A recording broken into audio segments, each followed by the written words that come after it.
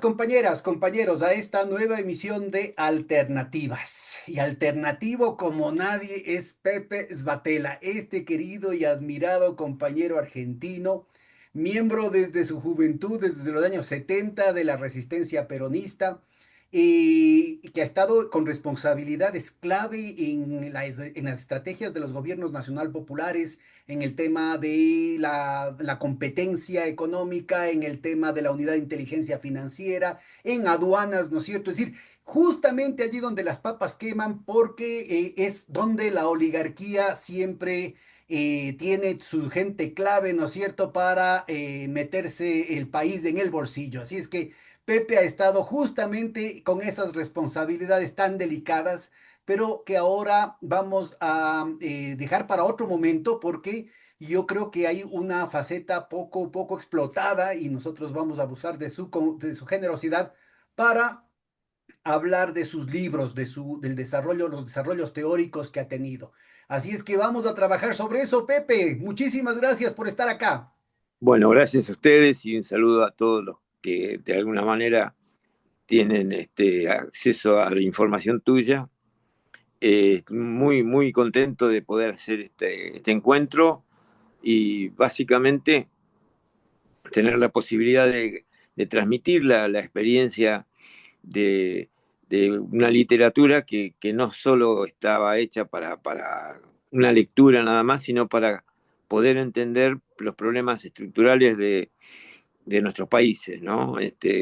Por eso el primer título de los libros es el buscar cómo se genera el excedente económico en un país, en este caso fue la Argentina, eh, que es lo que permite luego el uso de ese excedente, que puede tener tres destinos, ¿no? Se puede tener el destino de, digamos, la actividad productiva, pero también puede tener la actividad de inversión para que se mantenga una estructura productiva en crecimiento, pero también puede tener un uso que es el gasto suntuario, que puede ser excesivo, y ese excedente también puede fugarse al país. Nosotros tenemos desgraciadamente todas las cuatro variantes, ¿no? Este, el excedente, ¿cómo está calculado? Hay una concepción que viene desde los fisiócratas, que era medir el costo de reproducción social del colectivo que está viviendo en un territorio, ¿no? Es decir, lo que le cuesta eh, poder sobrevivir, que es el costo de supervivencia, digamos. Ese costo de reproducción social, que sería el que permite reproducir a esa sociedad, tiene un volumen que es el básico. Ahora, sobre eso, sobre esa supervivencia, hay un excedente que normalmente es el que permite aumentar la calidad de vida de la población y aumentar sus inversiones estructurales y su futuro. Y bueno, de la calidad del uso del excedente depende también la calidad de vida de la población. Entonces, el libro lo que hace como metodología es calcular primero el costo de reproducción social de una población, que sería, vamos a decir, se parte del salario mínimo vital y móvil, pero en realidad es el consumo medio de la población, ese costo de reproducción social.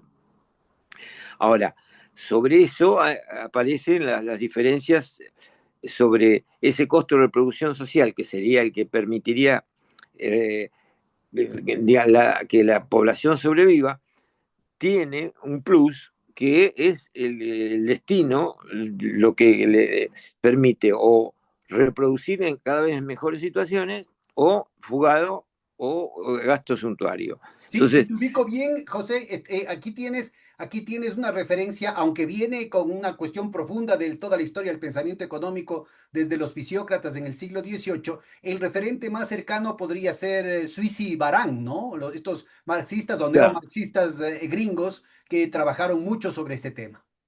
claro, bueno, la idea era buscar antecedentes del estudio sobre el excedente Y están Suiza y Barán, en el caso de los economistas norteamericanos, y después están los latinos, está Celso Furtado y otros economistas que se metieron en el tema este de calcular si nuestros países en realidad tenían, la pregunta es si se podía autogenerar un excedente para poder financiar su expansión, su crecimiento, ¿no? Porque la duda que plantean los economistas neoliberales es que es necesario continuamente la inversión externa, digamos, o sea, o pedir prestado deuda para poder hacer las inversiones de expansión. Entonces, la incógnita era preguntarnos si hay excedente en nuestros países y qué pasa, por qué terminamos pidiendo deuda o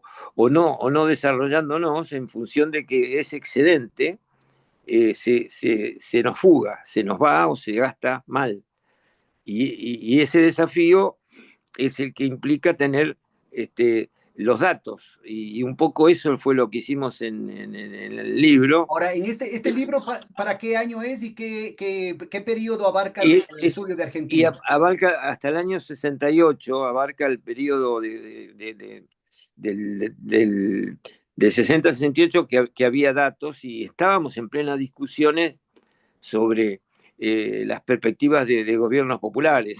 En la Argentina estábamos con necesidad de tener datos para darle discusión sobre qué medidas justamente eh, podían servir para manipular el destino de ese excedente, porque está el sistema tributario, que es el que más debe tocarse para estos temas, pero después están las metodologías de cuantificación y el conocimiento de los sectores que están generando excedentes.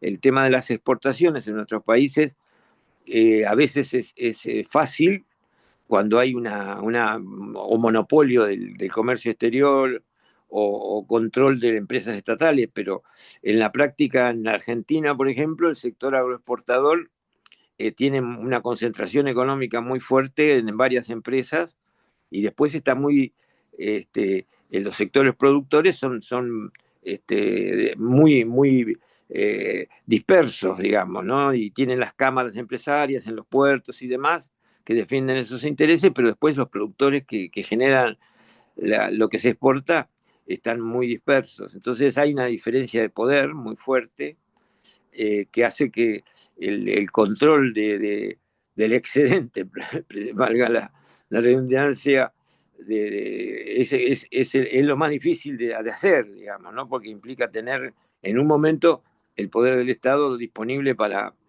poder regular ese control, ¿no? Entonces, la verdad es que eh, lo primero que surge es la posibilidad de tener los datos, porque también están Claro. las En muchos declaraciones casos, las juradas de estadísticas convencionales están hechas inclusive para ocultar esa información, para que no es, trasluzcan estos datos tan brutales. El momento que uno se entera, por ejemplo, qué parte del excedente se fuga de nuestros países, bueno, uno se cae para atrás, ¿no?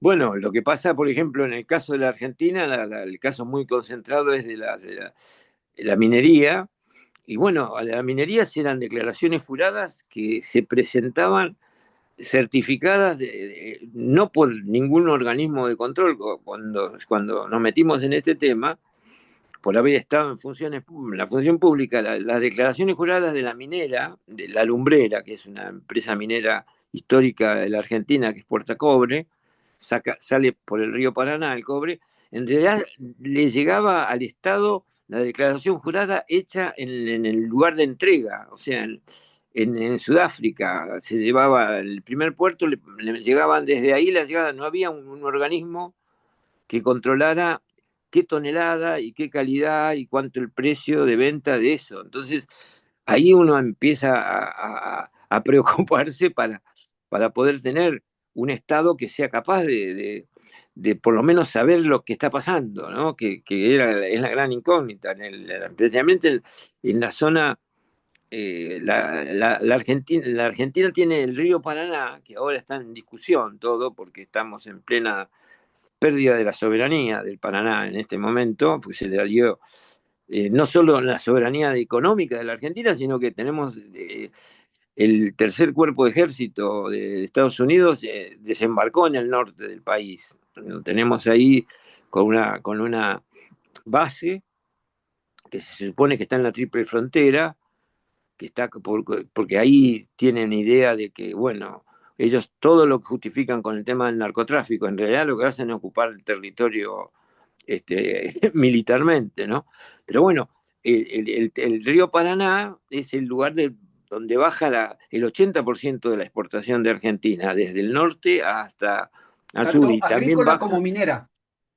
agrícola minera y el tema droga también. Ahí Ah, se claro. produce todo, porque el tema de droga es muy fuerte porque Mira, baja desde para que Bolivia. te ubiques, para que nuestra audiencia se dé cuenta del asunto y para que vos te ubiques del grado de perplejidad en la que estamos los latinoamericanos, es casi exactamente la misma historia que en el Ecuador. Justo el día de ayer, el presidente Noboa, que es tan entreguista como Milei, acaba de firmar un decreto que es inconstitucional permitiendo la entrada de las tropas gringas de Eric Prince Bueno, y del Mossad con el pretexto del narcotráfico.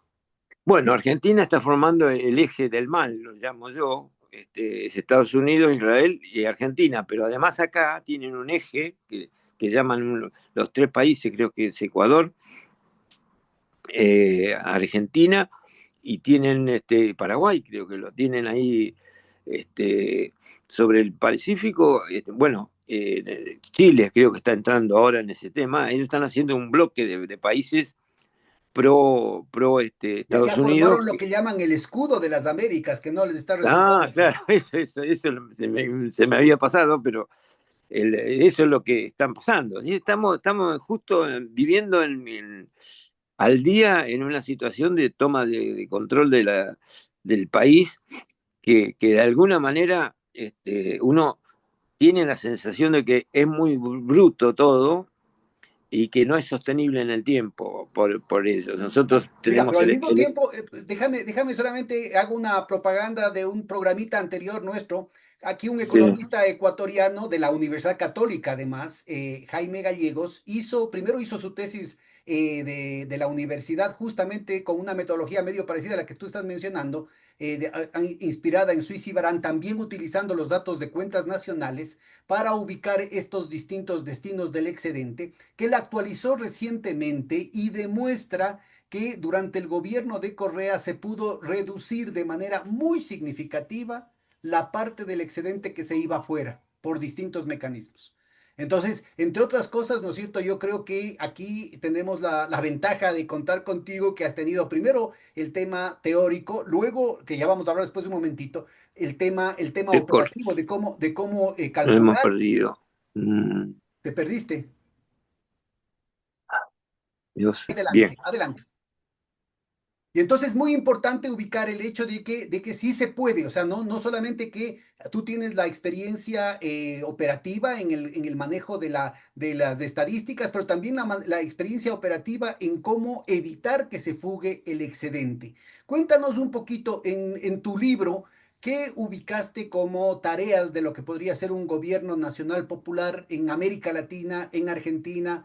Como para poder concentrar ese excedente generado en el desarrollo y el bienestar nacionales.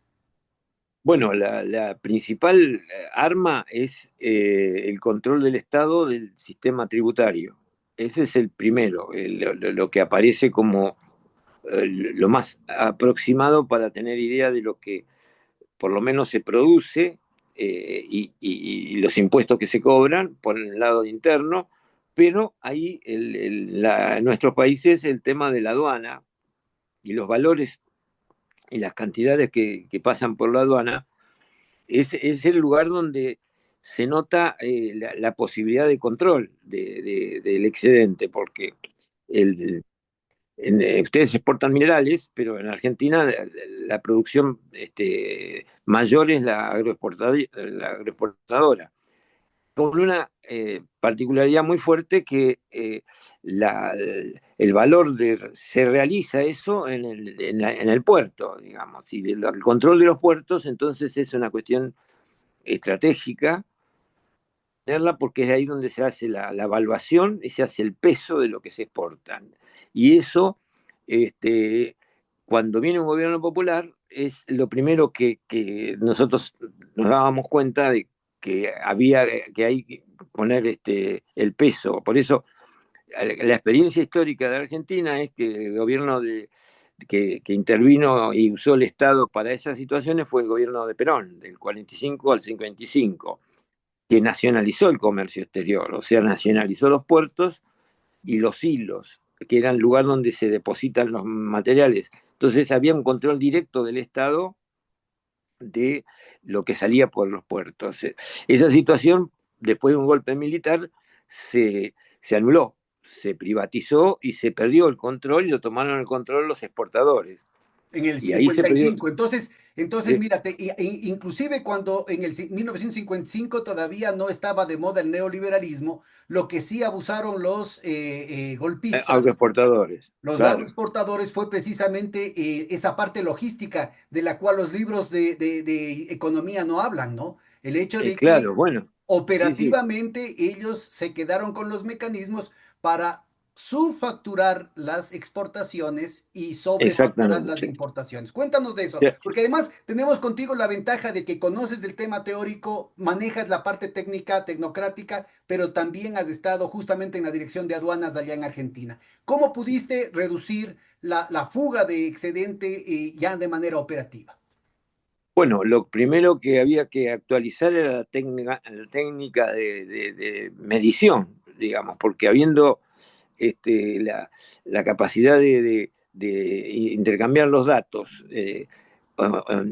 online, digamos, dicen ahora, o sea, se puede medir el peso y ese peso y esa cantidad que sale por los puertos con el sistema de comunicaciones que estaba en funciones disponible pero que no se usaba, eso inmediatamente pasa a la base central, digamos, no había necesidad de tener una persona controlando allá y que después mandaran los datos de lo que estaba pasando y lo que posibilitaba esa desconexión entre la toma del- de datos y el valor que se declaraba y los precios, hacía que en cada puerto se generara una estructura, eh, digamos, burocrática que era muy permeable a la influencia de los exportadores que estaban en el puerto, digamos, un organismo con en los puertos del río Paraná, que vamos a suponer 6, 7 puertos donde salía toda la producción, que estuviera aislado y sin posibilidad de tener los datos inmediatamente, esperando las declaraciones juradas de los exportadores, hacía que no se pudiera cuantificar eso. Entonces, lo primero que se hizo fue eliminar la posibilidad de que fueran declaraciones juradas. O sea, tenía que haber un organismo que fuera el organismo el que emitiera la declaración y no el exportador, digamos. Y Lo que eso, llaman el eufemismo de autorregulación, o sea que hay que claro, confiar la en la buena fe de autorregulación, ellos mismos. claro, la buena fe de los pesos y las cantidades que se exportaban. Imagínate, Pepe, que en nuestro caso hay una familia, que es la familia del presidente Noboa, que al mismo tiempo tiene el monopolio, o sea, controla lo fundamental de las exportaciones agrícolas, sobre todo de banano, las mineras también, pero también en el banano, pero también en el café, en el cacao, le han trincado una serie de containers con cocaína en Europa. Bueno, Ocho. es que, 8 capturas, o sea que tienen las fuentes fundamentales de los ingresos del exterior. bueno, es igual que acá, digamos. Acá no solo pasó eso, sino también, bueno, con aviones que viajaban a Europa, hacían lo mismo, pero en los contenedores, una de las cuestiones básicas era, este, hay una causa que se llama carbón blanco, que me tocó cuando estaba yo en la DGI y en los organismos que me tocó estar después. Ese carbón blanco era en las exportaciones de carbón, no venía solo carbón, venía la droga y pasaba a Europa directamente. Y no se descubre acá, se descubre cuando llegaron a Europa al destino final, ahí es donde saltan grandes toneladas que hacían todo un traslado desde las barcazas hasta los puertos de Buenos Aires y de Buenos Aires en barco. O sea, son grandes estructuras organizativas las que estaban atrás de eso. La persona que hacía eso, coordinaba eso, se llamaba Salvatore, y era el abogado de los narcos. El abogado era el que hacía de los distintos carteles que andaban ¿Salvatore trabajando era por acá. argentino o era italiano? Era argentino, y la verdad que no es ninguna satisfacción porque uno no dice, pero cuando yo me fui lo habíamos metido preso ya, porque era muy obvio, y era no preso por hacer el narcotráfico, sino por el lavado de dinero del narcotráfico. Él era lo que administraba. A mí me tocó agarrarlo en la UIF, en la Unidad de Información Financiera. Era el que administraba los fondos de todos de los grupos de narcos que estaban en la Argentina, que bajaban toda su producción por el Paraná. Ese lo pudimos demostrar, que el lavado de dinero tenía 200 empresas armadas. 200. Sí, 200 empresas que no eran empresas, o sea, eran empresas para hacer pasajes, pero estaban radicadas en Paraguay, en Uruguay, en Argentina, las estaban triangulando y después las llevaban a Europa.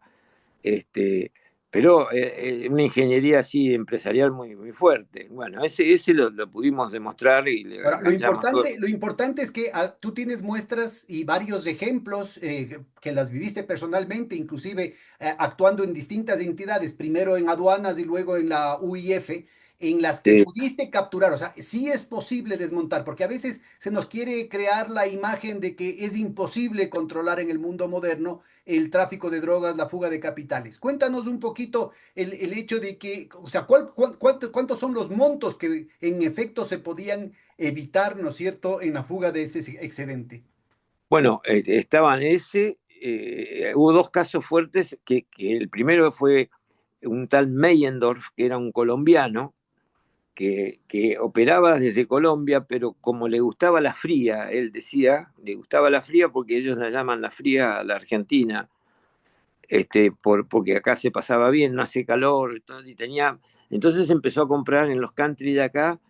El clan de ellos era cerca de donde vivo yo ahora. Hay un clan, hay un country que se llama Abril, y ahí tenían siete casas, siete mansiones, todas más o menos coordinadas, que lo que a mí me llamó la atención y que implica el grado de convivencia que había de los dueños o los administradores de esos country, porque estos eran un grupo de colombianos que bajaban con su custodia, y las siete casas tenían carritos individuales para el traslado entre ellos, que los traían todos de afuera, ¿no? Esos carritos chiquitos que parecen que están en los country, una flota para moverse dentro, y además custodia y todo eso, pero era un ejército el que tenían ahí. Eran siete casas, y yo me acuerdo que ese tema terminó con Meyendorf con la extradición se lo terminaron llevando se lo terminaron llevando los colombianos, porque él operaba desde allá, no por el lavado de dinero, pero solo por el lavado, porque la parte de narcotráfico a mí no me tocaba directamente. El tema es que este era el administrador de los fondos del narcotráfico, y los colombianos, la UIF de Colombia y nosotros trabajamos juntos por el tema del manejo del dinero que hacían. En Argentina lo tenían como un lugar de expansión de esas inversiones, pero en Colombia hacían el negocio con el narcotráfico. Bueno, todas esas cosas, yo en este momento los montos, ¿qué te puedo decir?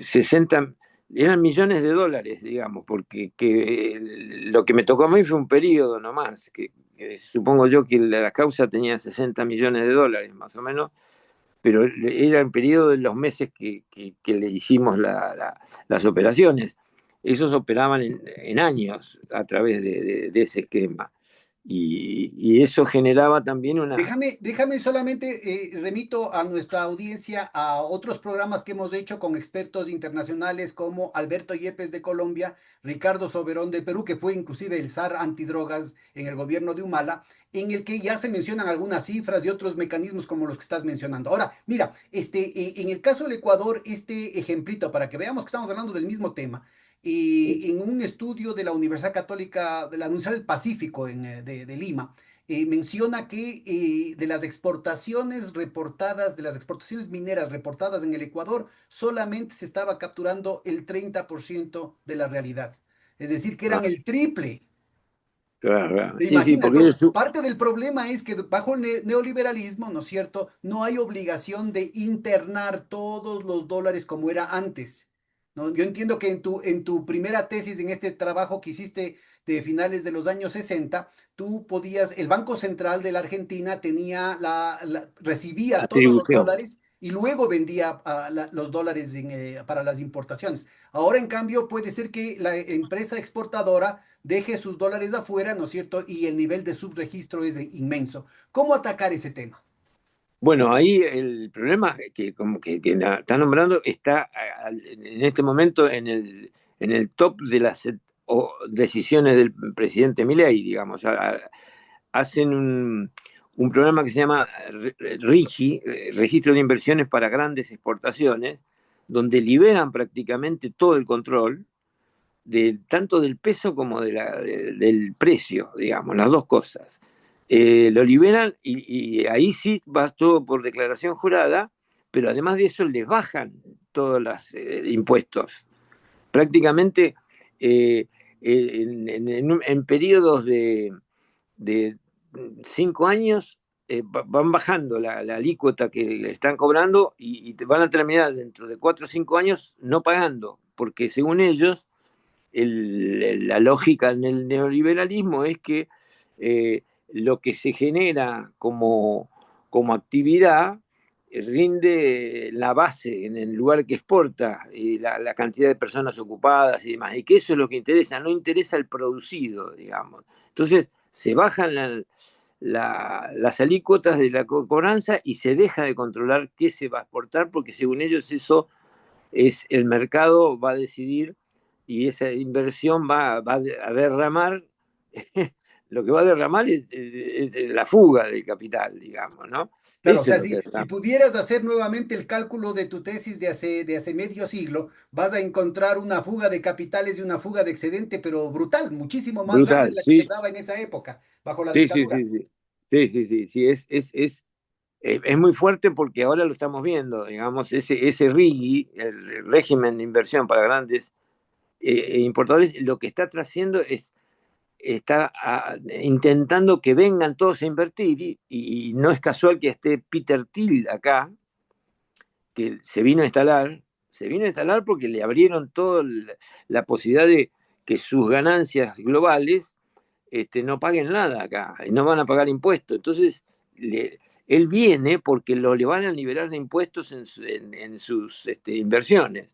Y lo tenemos acá, pues, en este momento estamos viviendo un experimento internacional acá, porque lo tenemos a Peter Thiel con ese sistema que tiene el parlantir ese, que sería un sistema global de control del mundo, y es muy probable que lo instalen desde acá.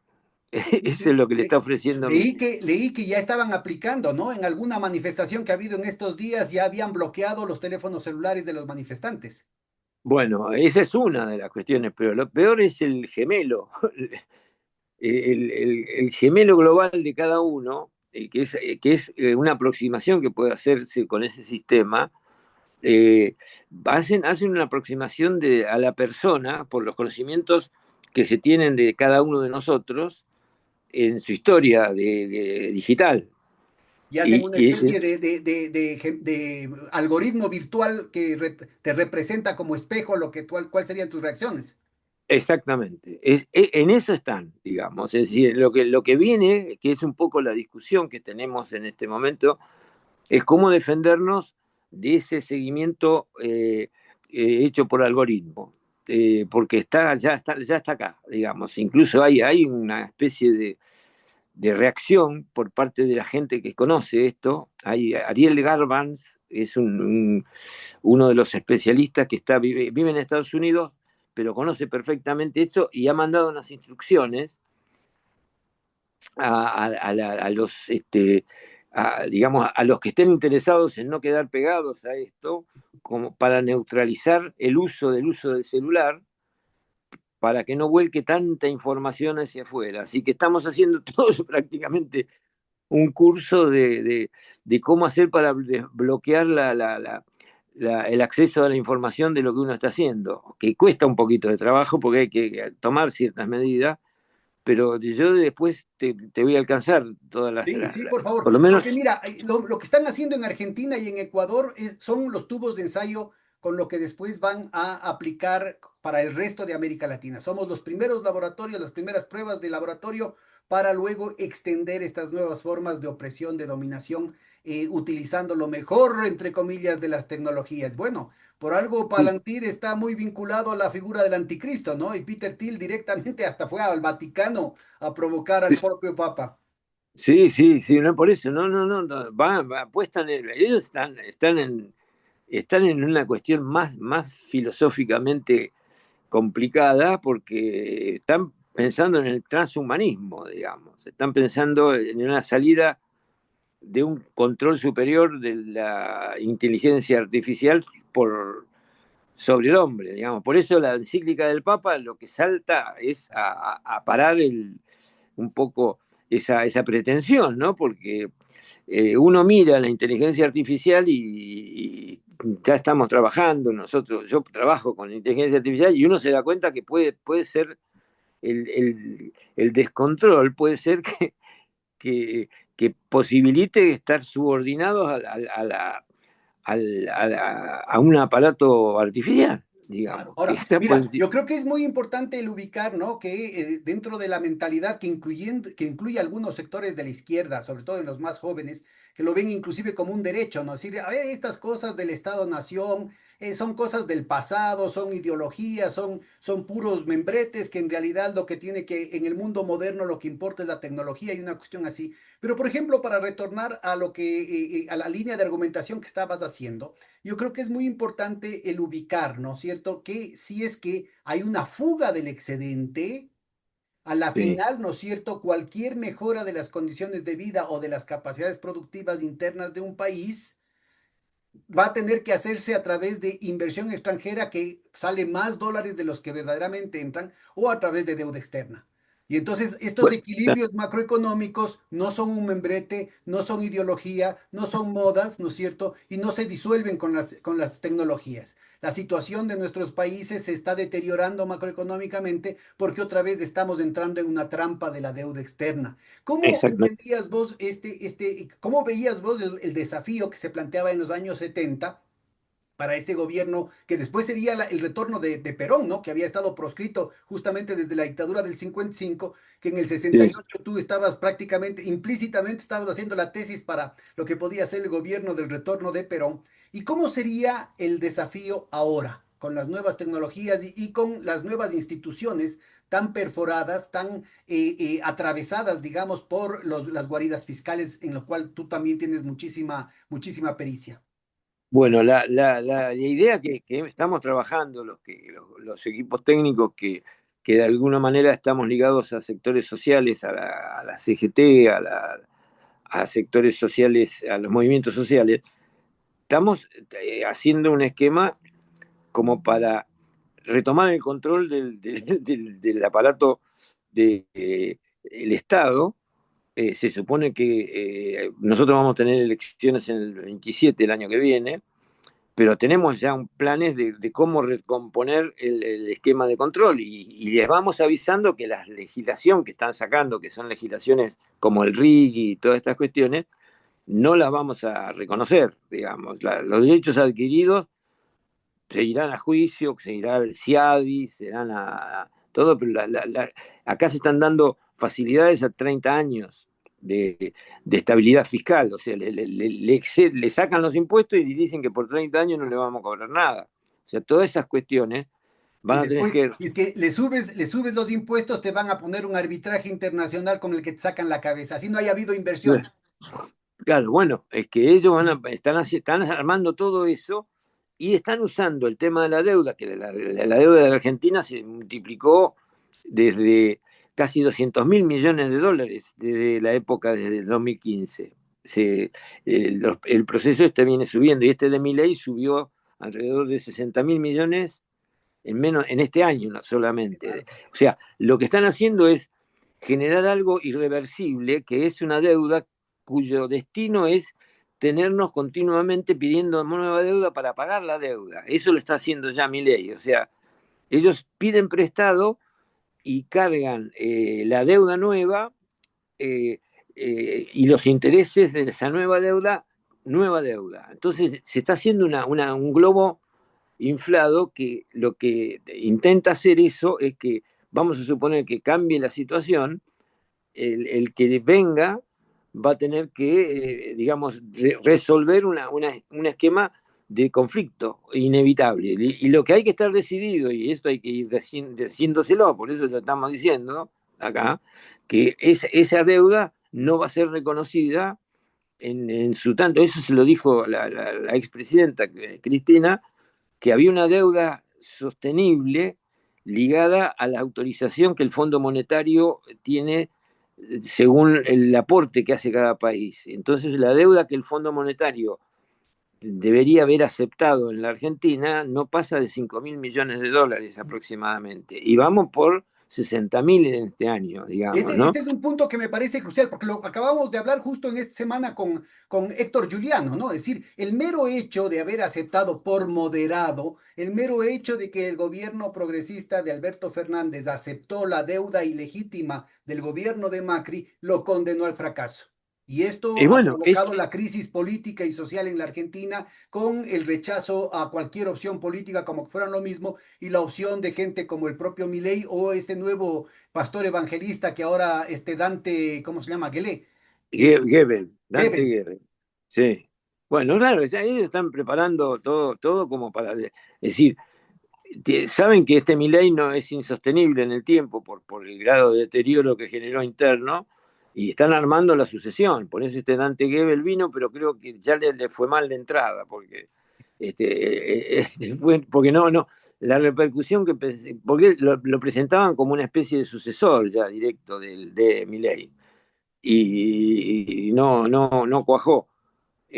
Lo que a mí me parece es que ellos necesitan este, garantizar la continuidad y que lo que debemos hacer nosotros, los sectores opositores a esto, es ir avisando que si vienen, aténganse a las consecuencias y el riesgo que van a correr de que no se les va a pagar, porque no es que no hubo experiencia ya en un gobierno nacional y popular como fue el de Néstor y Cristina Kirchner del 2015 hasta el 2015, cuando se recibió, lo que primero se hizo, se paró no es que no se pagó la deuda, se pagó, pero se dejó de endeudar y se desendeudó. El periodo ese no se generó deuda, esa es la principal situación, dejar de generar la trampa futuro de la deuda. Entonces, lo que hay que saber es que lo primero que va a pasar en caso de un cambio popular es que no van a cobrar lo que ellos piensan, o por lo menos en el tiempo que ellos piensan. O sea, va a haber interrupciones porque el excedente se está yendo en pagar esa deuda. Entonces, y eso, como han generado nueva deuda, es impagable. Entonces ya se avisó de que es impagable y lo están haciendo a propósito, están dejando esa trampa Este es como un una punto, bomba. este es un punto que me parece clave y que metodologías como las tuyas o las que te mencionaba de Jaime Gallegos lo muestran matemáticamente, es que inclusive llega un punto en el que ni siquiera es una opción política, porque no hay una no es una opción. La deuda impagable, como su nombre lo indica, no se puede pagar. Bueno, y por eso se genera, con la misma deuda, se genera nueva deuda que entra a su vez en un periodo de expansión exponencial. Y eso está hecho a propósito, digamos, esto hay que decirlo, no es una cuestión, un error, es un error, no, es una idea de que cualquiera sea el que gane, tenga que esa carga encima, lo primero que resolver. Y lo que hay que preparar a la al, al equipo que vaya a tomar ese gobierno, al conflicto que viene eso, y hay que ir avisando y buscando los aliados, porque no es una cuestión solo de un país. En Latinoamérica hay que empezar a buscar el club de deudores famoso, que nunca quiere el Fondo Monetario que se haga, pero ese club de deudores, más que nunca, con esta política, que implica una ruptura de la política del fondo, pero hay que discutir el estatuto del fondo también, porque el fondo no prohíbe la alianza de deudores para la negociación. Pero además hay una cuestión que es muy importante, ya mencionaste el fondo y justamente lo repetimos ahora con Héctor Juliano, el hecho de que el artículo quinto de Constitución del Fondo Monetario Internacional prohíbe la utilización de esos recursos, por ejemplo, para carry trade, ¿no? Y en el caso de Argentina, el préstamo que le dieron a Macri era claramente, ¿no es cierto?, Y vinculado a para eso. financiar el Y lo negocio. que están haciendo ahora con Milei repite el mismo pecado. Pero no solamente eso, por ejemplo, en el caso del Ecuador, es evidente, ¿no es cierto?, que de acuerdo a a la legislación interna y a la propia constitución del país, solo se puede adquirir deuda para construir obra pública. Y aquí más que se ha duplicado la deuda desde la época de Correa, está más que duplicada la deuda y no hay nada de obra pública. Nada, claro, Es no, no, claro que todo es ilegal desde la perspectiva de nuestros países internamente, pero sí, sí, también por sí, la propia normativa del Fondo Monetario Internacional. Ahora, aquí se plantea un problema. Los tres principales deudores del Fondo Monetario Internacional son Argentina, Ucrania y Ecuador. Ninguno de los claro. tres puede pagar la deuda, o sea que el Fondo Monetario está ya quebrado. Bueno, esa es una cuestión, porque una de las cuestiones de los banqueros es que cuando eh, el banco tiene un solo acreedor, un solo deudor, y ese deudor no le paga, lo puede caer quebrado. Eso hay que ir adelantándoselo al Fondo Monetario, que la Argentina es el principal, el que más tiene que pagarle al fondo, y ellos están apostando acá, o sea, el fondo va a depender de lo que haga Argentina, en definitiva, y ese es un factor de poder que hay que usarlo y que en el fondo, digamos, lo minimizan, no se discute de esto porque creo que no quieren que a nivel popular se sepa eso. Y el arte de la oposición a este esquema es que esto sea cada vez más difundido en la discusión popular e incluso en los candidatos políticos, en los partidos políticos que están por llegar, sabiendo que eso es una opción, que la opción no hay mucha para discutir, digamos, porque si es impagable y uno va a generar la actividad, ningún gobierno puede hacer, digamos, obra de sostenimiento de su población y los derechos sociales y la educación y todas las cosas que normalmente debería abastecer un gobierno popular. Esto está hecho a propósito para que cualquier gobierno popular quede atrapado en esa decisión. Y lo que hay que decir a la dirigencia que se animen a presentarse, que eso es el primer conflicto que va a haber.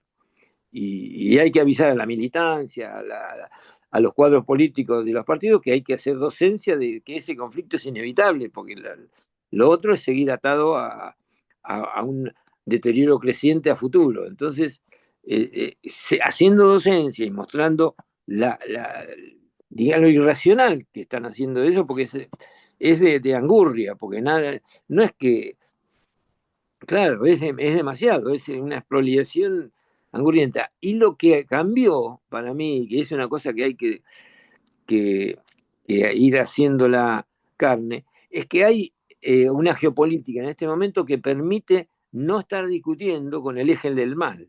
Esto es lo que digo. El eje del mal es Estados Unidos, Israel y bueno, en este caso Argentina. Y Ecuador está metido en el baile este. Y en realidad hay otra geopolítica que no necesariamente eh, tiene las mismas características así de ocupación territorial y de violencia casi física, porque si aparecen las fuerzas armadas extranjeras y todo eso, que está el eje de las BRICS, que Argentina estaba en el 2015 y Milei lo primero que hizo se fue, que Brasil, Rusia, India y China, y ese BRICS para mí es un polo de coordinación alternativo fuerte y que es un refugio para los países que estamos en esta situación. Y que en Argentina estaba, bueno, lo sacó Milei, pero eso inevitablemente va a volver. Y eso implica no solo alianza cuando haya posibilidad de echarlo a Milei, sino alianza política ahora. Es decir, ahora hay que estar hablando con los BRICS, hay que estar hablando y viendo cómo la influencia que tienen lo que pasó en Irán, digamos, porque hay que acordarse para las generaciones de nuestra edad que la caída de Vietnam para Estados Unidos fue un golpe muy fuerte de la geopolítica mundial, digamos, generó una ansias de liberación de los pueblos que estaban sometidos a la lógica de Estados Unidos en ese momento, y esa situación fue porque cayó Vietnam y se liberó de Estados Unidos. Y la caída y el triunfo de Irán, porque esto hay que ir haciéndolo así, porque ellos no lo están difundiendo como un triunfo, el triunfo de Irán pone de vuelta en tela de juicio toda la hegemonía del dominio de Estados Unidos y la deuda que se genera a raíz de esa, y pone en deuda y en crisis los organismos lo van a poner en crisis porque lo que yo entiendo de los procesos bélicos es que cuando el que gana eh, hace pagar a los que pierden. Claro, Y es bueno, el que impone las condiciones, ¿no? sí, y ahí se ganó Irán, digamos. Irán va a poner condiciones para su país, pero el resto va a haber un rebote de todo esto, que no sabemos cómo se va a dar la situación, pero hay una geopolítica distinta. Ahora, Y en pero ese ahí sentido, yo creo que es importante porque ya se oyen esas voces, inclusive en los campos progresistas, ¿no? El hecho de que, sí, pero pueden hacernos como lo hicieron a Venezuela y vienen y secuestran al presidente si es que no le conviene las políticas y obligan con la pistola en la cabeza a que cumplan con el asunto. Pero yo creo que es importante ubicar que si es que quieren mejorar la situación en su patio trasero, no pueden matar a la gallina de los huevos de oro y los propios Estados Unidos tienen en la legislación interna lo que serían las leyes de bancarrota, ¿no es cierto? El Chapter 9, Chapter 11, Chapter 13, en el que claramente establecen para el ciudadano común y corriente, para las empresas, para los municipios, los estados, los condados, ¿no es cierto? Establecen mecanismos que permitan que en procesos en los que es impagable la deuda, se pueda pasar la página para beneficiar a los propios banqueros. Porque insisto, deuda que no se puede pagar, no se paga. no, los muertos no pagan, decía Néstor Kirchner. Bueno, ahí está. Eso es lo que los corría con eso, y con eso hizo una negociación espectacular. Tuvo una quita del 70% de la deuda, porque le demostró que no les podía pagar y que podía pagar el 30%. Y así hizo, la quita fue del 70%. O sea que hay que tener una representatividad política capaz de darse ese lujo de poder tener eso con apoyo popular y de aguantarse el posible aislamiento internacional. Pero en realidad Argentina está aislada internacionalmente, nadie le presta el mismo fondo, además, no puede, los préstamos que está haciendo la actual administración es préstamos de prestamistas internos, no le aparecen fondos, no arriesgan ellos, porque esperan que el riesgo país, que está cerca del valor que ellos dicen, que tiene que bajar a menos de 400, está en 450, 500 tuvo estos tiempos, pero no baja porque el riesgo está viendo que no está claro la estabilidad política de esta Déjame, administración. solamente te cuento que para dolor de cabeza de los neoliberales, en el gobierno de Correa se logró bajar el riesgo país a 325 puntos,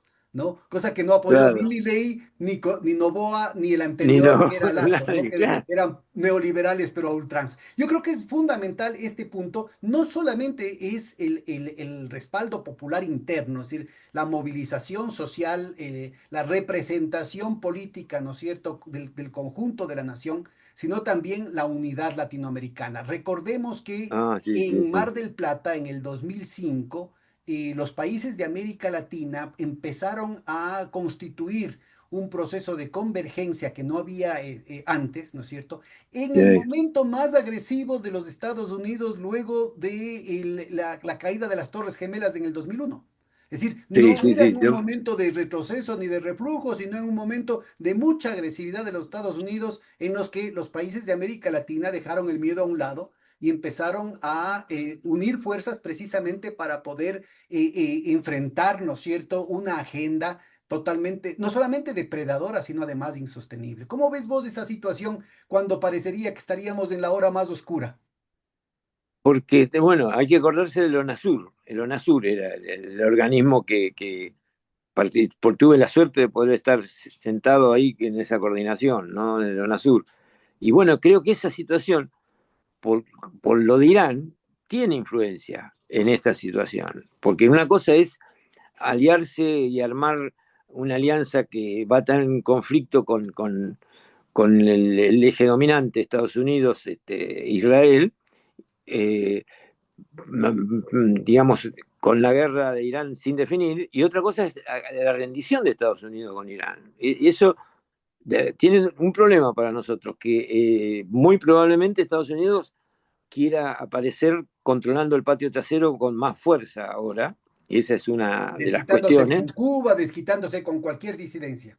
Claro, pero esto implica también que es posible la unión de los que de alguna manera quieran resistirse dentro de Latinoamérica, pero también está la alianza con los BRICS, digamos. Es decir, no se puede andar dudando que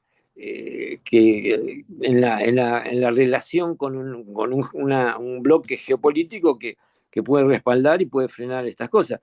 Igual por ejemplo, lo de Venezuela a mí me llamó la atención la pasividad que hubo con el hecho de lo que le pasó a Maduro, ¿no? O sea, no termino de entender el grado, porque uno hubiera esperado otra situación, pero entiendo yo que no quisieron entrar en guerra, digamos, esa es la cuestión. Pero porque estos obligan a la guerra, Como digamos. decía Perón, es el trade-off entre sangre y O cambio, tiempo, o tiempo. claro. Sí, sí, tiene tiempo, sí, sí, el tiempo. Sí, sí, nosotros nos acordamos de eso y como jóvenes en su momento muchos no estábamos de acuerdo Claro. con el tiempo, porque el tiempo son años y años de sufrimiento Y a veces popular. pueden ser generaciones, ¿no? Y Esa es claro, lo por grande. eso, con ese Ahora, mira, criterio, bueno, esto nos lleva a otro libro tuyo en el que sí, haces referencia a las tesis de Samir Amin, el tema de la sí, desconexión. Es decir, sí, parecería que ya se nos murió el Samir en el 2018, ¿no es cierto? sí, Y tesis como las que tú estás planteando, ¿no es cierto? Prácticamente lo que hacen es retomar lo de tu primera investigación, es decir, los usos del excedente en torno a una desconexión con los circuitos predatorios a nivel internacional, el intercambio desigual, el desarrollo desigual, estos flujos de la deuda externa, las fugas de capitales, este consumo suntuario, esta formación, esta cuestión de todo lo que estamos viendo ahorita que se está exacerbando y más bien un recentramiento en torno a las necesidades de la población. Cuéntanos un sí. poquito de las tesis de Samir y cómo entiendes tú que podrían aplicarse en este nuevo horizonte que estás planteando. Bueno, el tema de Samir Amin es que él analiza los procesos de centro y periferia y cómo se resolvieron en los casos en que los países eh, se rebelaban contra esa periferia e intentaban procesos que no solo eran los procesos socialistas, como se dio dentro de la hegemonía del capitalismo de Rusia, los países de Europa Oriental, que iniciaron procesos de desconexión socialistas, pero que en el resto de los países no aparecía esa opción clara, no había perspectivas de hacer procesos socialistas al estilo de los que hicieron los partidos comunistas en Rusia, en China misma. Este, y lo que vio Samir Amin es que había países que intentaban procesos de desarrollo, no un proceso de socialismo, sino un proceso de desarrollo industrial, que era lo más difícil porque lo que está prohibido para los países periféricos es la industrialización. y que intentar la sustitución de importaciones ya es un hecho que lo desconecta a ese país de la lógica de la dependencia periférica de ser productor primario y no poder tener actividad industrial y mercado interno. Ese proceso de desconexión, de sustitución de importaciones, requería una voluntad política de la dirigencia de ese país, que no era hacia el socialismo, pero era la voluntad de tener industria propia y desarrollar el mercado interno. Eso nomás es una desconexión y genera un proceso muy crítico para los dominantes, porque los países nuestros en realidad viven de la exportación y se desentienden del mercado interno y de la población que está viviendo en las grandes ciudades. Viven de los sectores enclaves portuarios, digamos. Entonces, en esa situación, generar esos procesos de desconexiones es un proceso, digamos, que posibilita luego la discusión justamente por la apropiación del excedente, porque aparece una nueva clase social, que es una burguesía interna, y aparecen los trabajadores de esa burguesía que en algún momento pueden tener conflictos, pero que en el fondo le disputan a la oligarquía exportadora, le disputan el excedente. Y además generan su propio excedente. Entonces, ya no es la dinámica social de esos países cambia, aparece una clase obrera, aparece el problema de CGT, aparecen la posibilidad de disputar los salarios mínimos de convenio. Déjame subrayo aquí un punto que acabas de plantear que es muy importante. Es decir, no solamente es el eje, ¿no es cierto?, de la relación con el exterior, es decir, de la relación centro-periferia, que ya es conflictiva y que es problemática, sino que el momento en que se logra romper en algo los mecanismos de transmisión del excedente hacia afuera, se exacerban las contradicciones internas con una clase obrera más numerosa, más combativa, sindicatos con un mercado de trabajo más favorable para sus demandas, lo cual, ¿no es cierto?, marca que el diseño de un proceso de desarrollo es verdaderamente desafiante, ¿no? ¿Cómo entenderías tú esto en las condiciones actuales exacerbados por el neoliberalismo y por la Bueno, desindustrialización, ¿no? claro, bueno, claro, la desindustrialización es el objetivo, y eso lo planteó claro el líder del golpe del 76, Martínez de Oz, que era, planteó lo esencial era destruir la industria. O sea, él lo planteó, pero porque atrás no era la industria solamente como un sector económico que le disputaba a la oligarquía terrateniente, al exportador y demás, el protagonismo, sino sacarse la clase obrera de encima, la clase obrera industrial. O sea, el proceso de no industria implica no clase obrera, implica destruir la CGT. Y eso en la Argentina lo están haciendo, están intentando desmantelar la estructura sindical ahora, pero no les salió antes porque la lógica del funcionamiento de las ciudades grandes de Argentina, incluido el Gran Buenos Aires, eh, digamos, sería brutal que desaparezca la industria, la sustitución de importaciones y la industria de puestos, digamos, de las cosas que, aunque no se hagan acá y se esté con China, como quieren hacer ahora, abrir la importación de China de cualquier cosa, eso genera una clase obrera muy, muy desocupada, que se nota inmediatamente porque están viviendo en los centros urbanos, o sea, no es que puedan refugiarse en otro lado. Incluso entre las locuras que se le ocurren a esto, por ejemplo, están queriendo que se vayan al sur, por el boom petrolero, por ejemplo, y el presidente está diciendo que pueden ir a trabajar al sur de la Argentina, en la provincia de Neuquén, que está Vaca Muerta, que es una explotación petrolera gigante, y el gobernador salió a decir que por favor no vengan porque no hay más trabajo. Pero tuvo que salir el gobernador a parar la inmigración, porque esto nos mandaban a los ocupados del conurbano, se lo querían mandar ahí. Me hace acordar en la época de Onganía, cuando habían desocupados en Tucumán porque habían cerrado los ingenios y los metían en camiones y se los mandaban a otras provincias para que les den trabajo, digamos.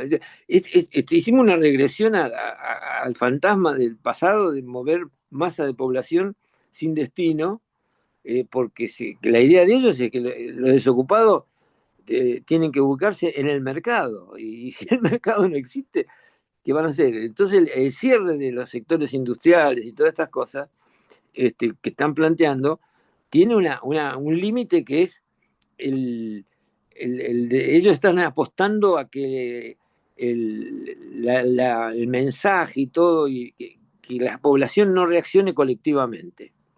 Están Ahora, tratando mira, esto de aquí se da, digamos, en el proceso de industrialización que ya se vivió, digamos, la guerra anterior, pero ahora se viene una nueva guerra que es precisamente la inteligencia artificial y justamente aquellos nichos de mercado de la fuerza de trabajo calificada que de alguna manera, inclusive dentro del neoliberalismo, habían podido lograr unos nichos de mercado relativamente favorables, tanto a nivel de empleo, con empresas nacionales, con empresas transnacionales, con startups, con autoemprendimientos, ¿no es cierto? Ahora van a quedar arrasados. América Latina está precisamente a vísperas, ¿no es cierto?, de un proceso brutal de desocupación de fuerza de trabajo calificada, ¿no es cierto?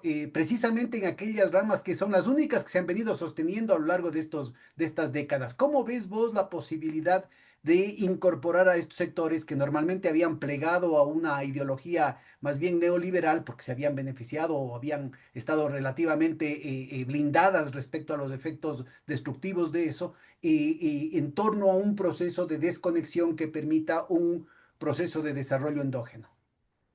Bueno, ahí yo creo que como cada vez más importante va a ser al sistema este de inteligencia artificial y todo eso, del control de ese proceso va a tener que aparecer un Estado interventivo que regule toda esta situación, porque no solo por eso, sino además por un problema de la capacidad que va a tener la inteligencia artificial de generar universos independientes de producción y de control. Si uno lo deja, se pueden... ellos han querido armar un país ahí en Honduras, no sé, un sistema totalmente independiente de controles de todos lados. Este, y teóricamente, si no hay una regulación que prohíba eso, lo pueden hacer. Y tienen una capacidad operativa muy fuerte, y lo que además, si son los poderosos como este Peter Thiel y demás, tienen fondo para financiar la infraestructura, no solo la, los algoritmos, sino también la infraestructura pesada para hacer instalaciones y ocupar territorio. Entonces me parece que eso no se salva al Estado de intervenir y de regular. Y la búsqueda de eso este, hay que hacerla.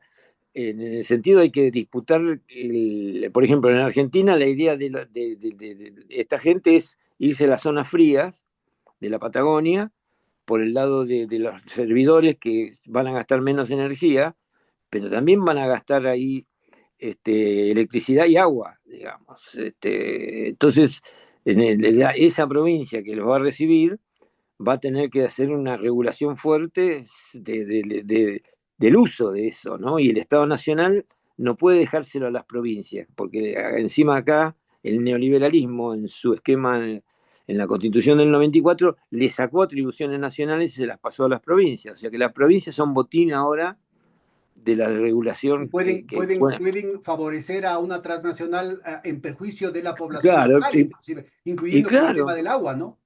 y sí, sí, sí, aparte que tiene una capacidad de lobby mucho más fácil en las provincias de la Argentina del Sur, son provincias con poca población, digamos.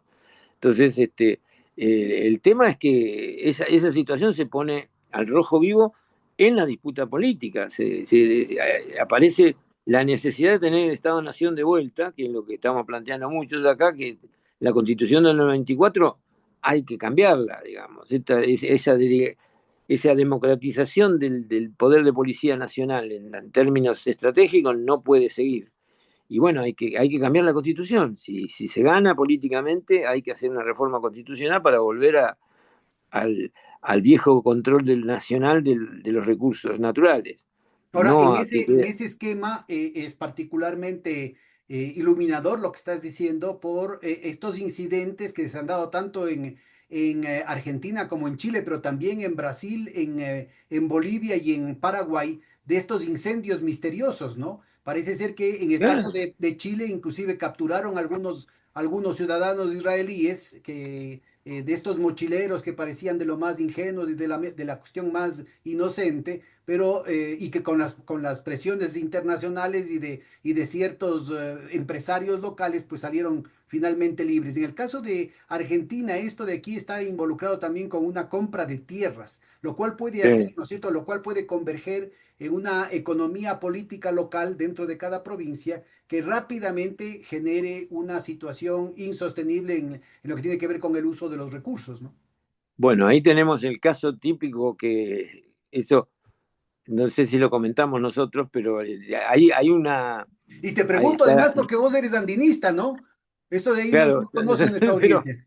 yo me hice andinista por este tema, porque no andaba por la montaña, pero el tema es que está Lewis, el Joe Lewis, es un símbolo acá en Argentina de lo que significa la ocupación territorial en la frontera, en lugares que no podía haber comprado. Y la compró un testaferro primero, y después las acciones de esa compra son 13.000 hectáreas contra la cordillera de Neuquén, a 5 kilómetros de Chile, o sea que tiene salida por el Pacífico y por el Atlántico, está el paralelo 42, ahí en ese lugar, este Lewis se compró 12.000 hectáreas y se armó un hangar que es muy parecido al tamaño del hangar del Aeroparque de Buenos Aires.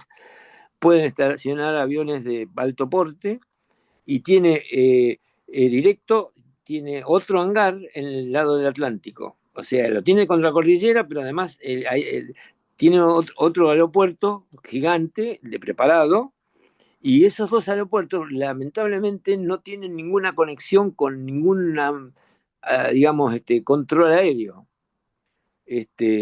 Consiguieron eso, y bueno, y la pelea es para que se ponga por lo menos qué entra y qué sale por ahí, porque además de eso, para la Argentina, desde el punto de vista de la soberanía, es una pista de aterrizaje en un conflicto con Inglaterra, digamos. Entonces, está todo armado como para que ocupen Bueno, la la cosa es más grave Patagonia. porque los principales aeropuertos, yo he estado en Ushuaia, yo he estado en algunos otros aeropuertos allá en Argentina, de esa zona que está en vinculación con las Malvinas, son manejados precisamente por empresas británicas, ¿no? Y claro, bueno, ese es el tema. O sea que la hipótesis de conflicto más importante que tiene la Argentina, la Patagonia tardan un minuto en ocuparla, digamos. Esa es la verdad, eso hay que saberlo. Entonces, eso para la dirigencia nuestra, digamos, ¿no? Y para las Fuerzas Armadas, porque está todo muy calladito acá. Bueno, y para toda América Este, Latina, mira, porque esta vinculación de intereses de una agenda secreta británica, pero operada a través de intereses sionistas, está en toda América Latina, inclusive aquí en el Ecuador, la anterior canciller, que era ciudadana israelí y muy cercana a los intereses de Netanyahu, firmó que son ecuatorianos desesperados los que iban a ir a trabajar en Israel en las zonas de peligro a las que los propios claro. ciudadanos israelíes no querían ir por miedo. Ah, claro, sí. Entonces, ya te puedes imaginar, ¿no? Cómo va la Sí, cosa, sí, sí. que es una agenda Bueno, continental. acá el tema por eso, acá hay la alternativa a todo este uso del esquema del Atlántico, implica que es una de las cuestiones estratégicas de los partidos populares de América Latina, volver al esquema del Atlántico como para América Latina, digamos, ¿no? O sea, comprometer a todo el esquema de los países que dan sobre el Atlántico, Brasil, bueno, Ecuador allá arriba, pero nosotros con Uruguay y todos estos países, saber que ahí está eso y está la Antártida atrás, que cómo se generan los recursos naturales de la Antártida. O sea, estamos en una situación de conflicto que hay que ir previéndola y tenerla en este momento de guerra híbrida, digamos, como se llama, implica que si quieres la paz, tenés que prepárate para la guerra, aunque sea Ahora, la yo guerra creo que híbrida. estos señalamientos que estamos haciendo ahorita no son anecdóticos, sino que muestran claramente que hay esta combinación de tiempos, ¿no? Es decir, lo que se suponía que era una cuestión correspondiente a la época pasada. Mencionaste a Celso Furtado, el tema de los enclaves, o inclusive gente más a la derecha como Fernando Henrique Cardoso, ¿no es cierto? Hablaban de los enclaves, pero los enclaves no Sí. son cosa del pasado, no son cosa del principio No, del siglo nada, XX. Son cosas que se están dando ahorita y justamente se está preparando un enclave en Argentina, claramente, con la en compra la de Patagonia. terrenos, yéndose incluso en contra de disposiciones legales. Ya creo que Milei ha hecho tabla rasa también de eso para que los extranjeros puedan comprar cualquier cantidad Tierra, en de la tierras, ¿no? frontera, sí, sí, sí. Comprá ahí, y el primero que compró antes, ilegalmente, ahora sería legal la compra de Lo Lewis, hizo Luis a través de testaferros, pero ahora ya sería Ferro, autorizado, ¿no? ahora la puede hacer directa y Mira. puede comprar más. Bueno, ahora Esa es la lo grave del asunto es que se han estado desplazando a una cantidad de pequeños y medianos propietarios en la zona del sur, precisamente a través de estos incendios. Y entonces están comprando a precio de gallina enferma esas tierras, ¿no es cierto?, para seguir ampliando la continuidad territorial, que ya no es solamente en términos de propiedad de la tierra, sino de continuidad territorial, precisamente con una afectación a la soberanía, ¿no? No, y además entraron en conflicto con los pueblos originarios de ahí, sí, sí, porque están quedando con las tierras de los pueblos originarios y va a haber conflicto, porque ya hay denuncias de que no se quieren ir de ahí, porque ellos lo quieren sacar, digamos, se quieren quedar con las tierras. Entonces, todo eso va a ser un caldo de cultivo de hipótesis de conflicto fuerte, porque no hay forma de evitar que tan explícitamente y tan abiertamente han demostrado el objetivo de tomar la Patagonia, en ese sentido como zona de control, desde Lewis hasta los que están aliados ahí a ellos. Y yo he estado ahí en esa zona y hacemos una marcha este año de vuelta, la vamos a hacer hacia la mansión de Lewis, que es una columna que se llama Juana Zurduy, de militantes jóvenes sobre todo. Yo soy el más jovatón ahí, digamos.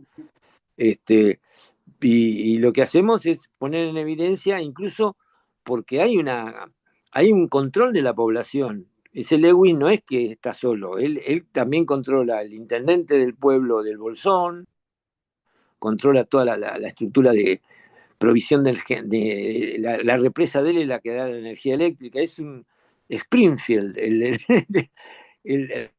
el pueblo de ese Los Simpsons, de los Simpsons. Es lo mismo, exactamente lo mismo. Él es el dueño del pueblo, digamos. claro. Entonces, se le hace No tiene difícil a la zona, empacho. claro, y no tiene, claro, y no tiene oposición porque la gente está ahí y vive de él. Todo es lo de él. Entonces, la llegada de la columna esta cada vez que vamos es conflictiva, porque no nos quiere nadie, digamos, de los habitantes de ahí. Es Claro. como, tenemos que llegar a la mansión de él pasando por las propiedades de él.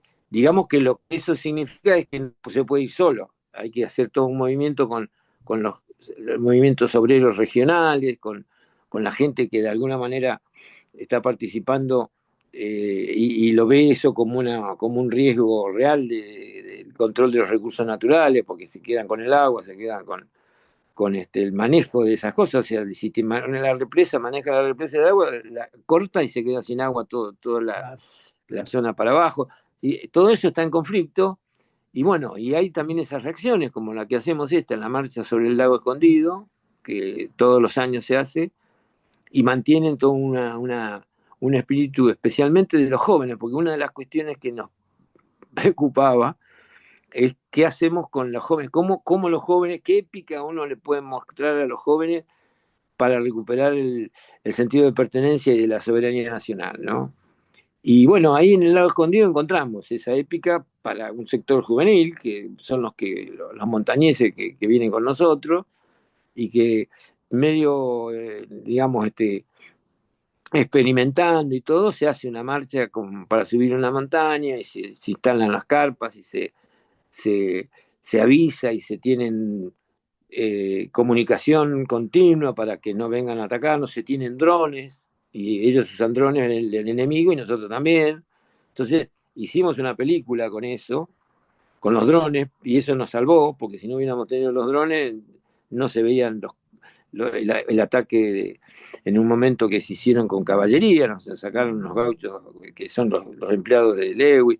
Todo eso está filmado, por suerte hicimos una película Mandarás para ver y si ponemos en la descripción de este video. Oye, bueno, pero el tema de la construcción de opciones, de la construcción de la resistencia popular, sí, plantea, uno, o sea, tiene que enfrentar desafíos desigual y combinado, digamos, ¿no? En el tema del sí, desarrollo de estas nuevas formas de explotación capitalista, que incluye lo que habíamos conversado hace un momentito, el tema tecnológico. Al mismo tiempo que hay que enfrentar estos temas territoriales de tipo enclave, de viejo cuño, tenemos nuevos sí. desafíos en lo que ya hay una escuela latinoamericana en la que Oscar Barsasky fue fundamental de esas décadas anteriores, pero también tenemos un par de videos recientes con Verónica Esforcín, por ejemplo, en torno a la construcción Ah, de una soberanía en el campo tecnológico. ¿Cómo y ves sí, vos sí, desde la sí. perspectiva de la desconexión este desafío en la construcción de una soberanía científico y tecnológica? Bueno, ahí justo, bueno, acá nosotros tenemos también, acá hay eh, especialmente un compañero que se llama Ariel Garbanz, que es también especialista en manejo de datos y demás, que está lanzando una especie de capacitación para la resistencia este, con, con el aparato este del celular, digamos, cómo usar el celular no solo como comunicación, sino también como defensa para poder frenar el control que a través del celular pueden hacer. En eso, porque la idea, creo que Gramsci decía que había que uno para pelear tiene que de alguna manera estar a la altura de la capacidad tecnológica del enemigo. Bueno, eso lo tenemos que hacer nosotros, digamos, también, porque no, no podemos quedarnos atrás del manejo. Si hay un avance científico y hay algo que están usando ellos, inevitablemente nosotros tenemos que hacerle el espejo de esa cuestión. Y es una obligación militante tener capacidad tecnológica para enfrentar esto y armar redes, nuestras propias redes y nuestro propio sistema de comunicación y nuestros propios bloqueos, ¿no? O sea, las zonas de soberanía que se pueden hacer. Hay lugares como, qué sé yo, los países que tienen control de su espacio, como China, Rusia, Vietnam y todo eso, tienen bloqueado, tienen su espacio regulado ahí, no les entra cualquiera a competir. Si el WhatsApp que tienen lo controlan ellos y demás. Nosotros estamos muy abiertos a toda esa cuestión y el problema que tenemos somos permeables a que entre cualquier cosa acá nosotros. O sea, eso de alguna manera hay que ir pensándolo y hay que ir teniéndolo como planteo cuando apenas uno pueda tener poder estatal como para poder hacerlo, digamos, pero hay que ir avisando que eso se va a hacer, porque no se puede dejar así el espacio abierto a cualquier cosa. Así, eso genera, yo ayer estaba discutiendo con unos compañeros cómo se llamaría, eh, porque hay una parte que es dictadura, eh, digamos, hay una etapa del control de eso que van a acusar de que se viene una dictadura, digamos, porque el control de datos no nos va a quedar libre si uno accede al poder. El control de datos así globales, va a haber regulación y eso, eh, No hay cómo la- dejarle libre a Peter Thiel y Palantir, no hay cómo dejarle libre a todas claro, las manipulaciones que plantea Peter Karp en su distopía autoritaria, ¿no es cierto? Y eso de ahí, obviamente, la propaganda imperial va a decir que eso es una restricción a las libertades individuales. y ahí está, yo tengo de esas frases, digo, dictadura democrático popular. Eso. Ahora mira, dentro de esas tareas, ¿no es cierto? De pelearle esas tareas de la militancia, tú has venido planteando también una serie de fórmulas que de alguna manera las veníamos conversando, ¿te acuerdas? Con el tema de la nueva arquitectura financiera, ¿no? La necesidad de la Sí. desconexión también en el plano de la moneda, de las finanzas, del ahorro, de Bueno, las sí, sí, formas, sí. cómo se puede hacer negocios construyendo con la comunidad.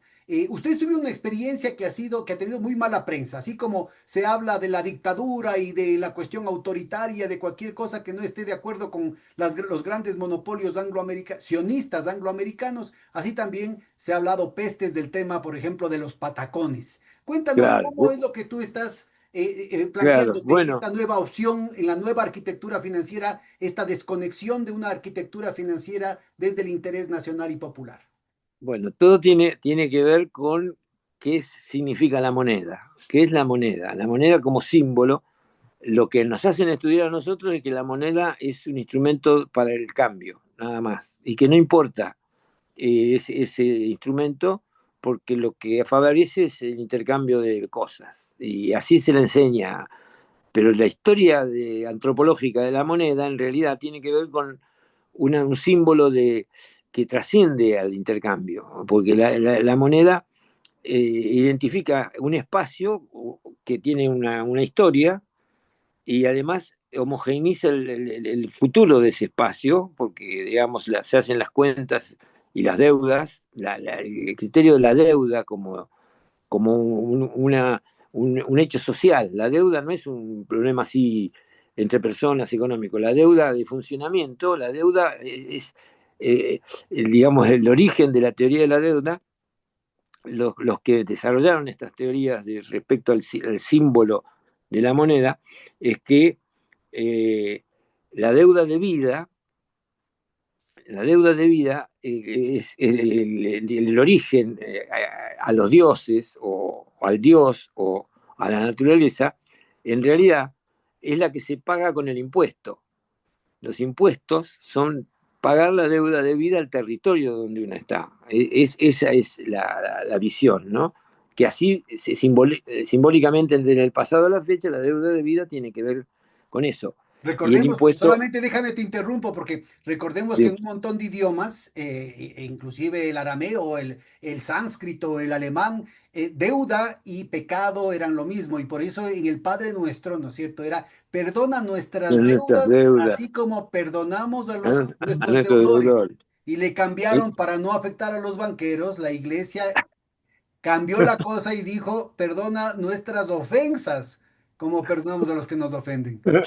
Claro, claro, bueno, sí, sí, bueno, es que el tema de la deuda es estratégico, digamos. Entonces, la deuda de vida entonces se paga con la moneda y la moneda como símbolo representa un espacio que sirve para pagar las deudas y en realidad las relaciones humanas son relaciones de deuda.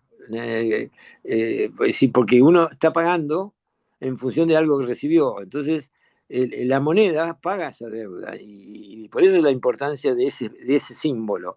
Y no es cualquier cosa. Ese símbolo ocupa un territorio, genera unas relaciones a futuro, porque hay que pagar esa deuda y se paga en esa moneda. Entonces, la identificación con una moneda, la teoría de esta dice que hay tres confianzas en la moneda. La confianza instrumental, que es la del intercambio, la primera. El segundo, la confianza que el Estado le da cuando la respalda, que la respalda la jerárquica, que cuando ya no es la aceptación, sino que además es obligación, el Estado la respalda, te la jerarquiza a la moneda, y la final, que es la que transforma a ese respaldo jerárquico en un ahorro a futuro, que es la confianza ética, las tres confianzas. Entonces, toda moneda tiene la primera y la segunda, y la tercera es más difícil. Nosotros esto lo discutimos acá con el tema de la dolarización, porque cuando vos no tenés confianza ética en tu moneda, tu soberanía monetaria está en crisis y está el dólar como soberanía, y el dólar es otro espacio económico. Y la dolarización implica perder la soberanía monetaria y perder el control de tu espacio, porque la identificación, si te falta eso, te falta el sentido de nación. que es lo que nosotros tenemos en crisis acá en Argentina. El criterio de disputar la dolarización no está cuestionando solo el instrumento, está cuestionando el esquema soberanía nacional. Y nosotros lo estamos planteando a través de la teoría de la moneda, las tres confianzas y cómo no tener confianza ética en tu moneda, tener la confianza en el dólar o la dolarización, y eso lo tenemos en crisis desde el 76, desde la dictadura militar. Eso no empezó solo, empezó con una voluntad política de romper la identidad nacional. Que eso lo saben bien los neoliberales globalistas, digamos, que más vale espacios. Ellos, la idea que está atrás de eso es sin moneda y sin aduana, espacio abierto, las dos cosas.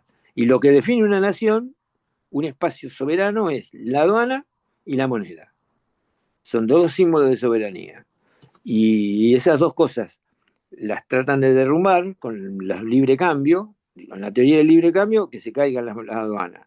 Y con la moneda, que se utilice una sola moneda, la dominante, digamos, ¿no? Bueno, esa es una pelea estratégica, digamos, y simbólica, pero práctica, porque en realidad Argentina es la más, en este momento, es la más cercana a la dolarización.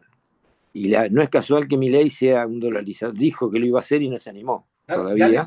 ya les falló porque intentaron hacer en paquete después de la dolarización en el Ecuador.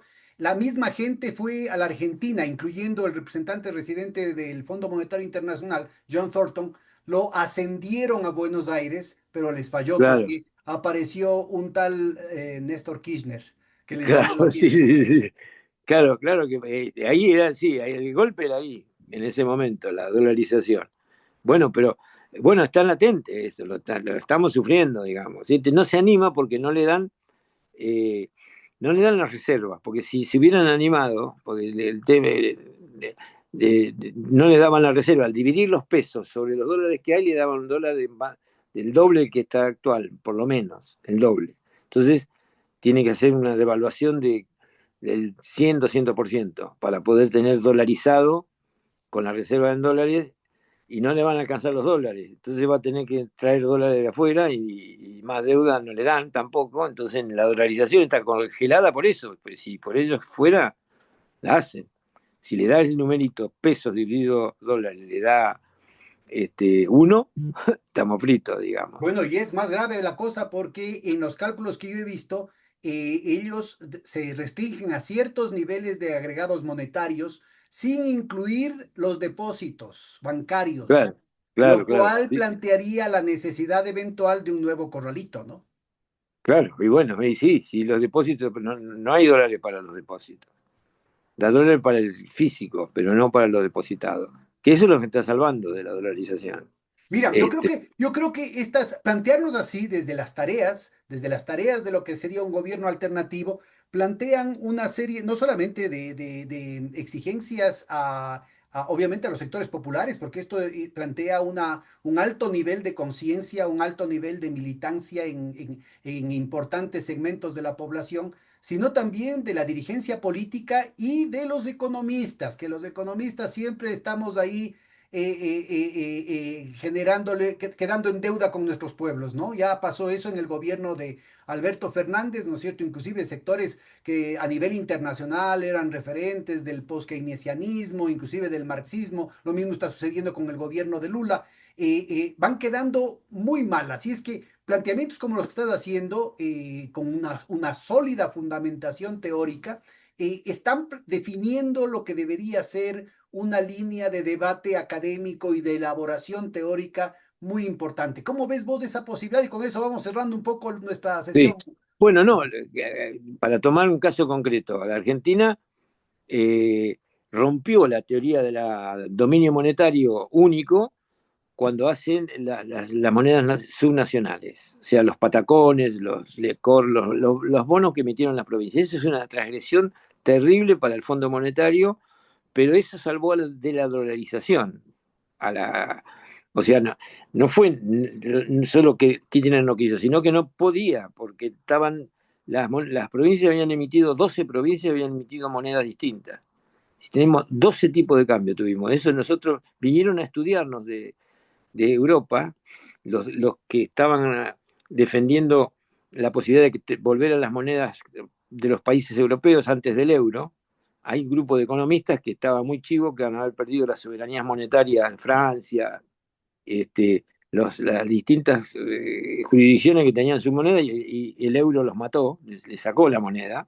Entonces, la moneda es un símbolo de soberanía que te permite más libertad en el Banco Central tuyo, y además no pasás a ser un espacio abierto para capitales poderosos de las regiones. Bueno, con lo mismo acá. Entonces, la Argentina emitió esa moneda, y hoy, ayer, digamos, la provincia de Catamarca volvió a emitir chachos, que son monedas nacionales. Así que esto es un hecho, lo venimos siguiendo porque es una rebelión contra Milei, que se enojó mucho cuando había emitido la primera vez el gobernador, que se llama Quintela, el gobernador de La Rioja, y ahora emite de vuelta, chachos, él emitió ya hace 2 años y lo volvió a comprar, pero se nota que se quedan, porque la nación no le pasa la plata, entonces él emite y genera un circuito de circulación con los chachos en La Rioja, que yo lo fui a ver, lo fui a visitar para ver cómo era la recepción de la población. Y el experimento que hace el gobernador es, emite los chachos, eh, y durante 2 días el que recibe los chachos puede cambiarlo por pesos. Y si no los cambia, siguen circulando los chachos. Y él solamente perdió, cuando empezó, el 20% se cambió en pesos. Y como no lo cambiaron el resto, 2 días que no cambiaron, después todos chachos. Pero es una jugada fuerte, la que se Claro. da, porque se juega el presupuesto, se juega. Son temas muy, muy importantes. ¿Y qué te parece si te comprometo? Déjame que abuse de tu generosidad y te comprometo para una siguiente Sí, sesión cuando tú tengas un tiempito para discutir de manera específica lo que fue la experiencia histórica de los distintos patacones hace 25 y pico de años y esta nueva experiencia que y los están chachos surgiendo ahora. espontáneamente de la propia crisis. ¿Te parece, José? Sí, sí, de acuerdo, porque es un tema muy importante, porque en realidad, atrás de eso está la disputa por la soberanía. Así es, así Y es. la soberanía nacional tiene sus prolegómenos, porque cuando la soberanía nacional te aplasta, vos podés rebelarte y recuperar soberanía, Un recorrido, mira, la subnacional. por distintos temas que parecerían dispersos, pero que tienen justamente esa columna vertebral, que es la reconstrucción de la soberanía nacional. Yo te agradezco muchísimo, Pepe. Un gran abrazo y hasta la próxima Bueno, entonces. bueno, hasta la próxima. Saludos a todos, y a los que escuchen esto, que no se les ocurra. Cuídate mucho, Chaito.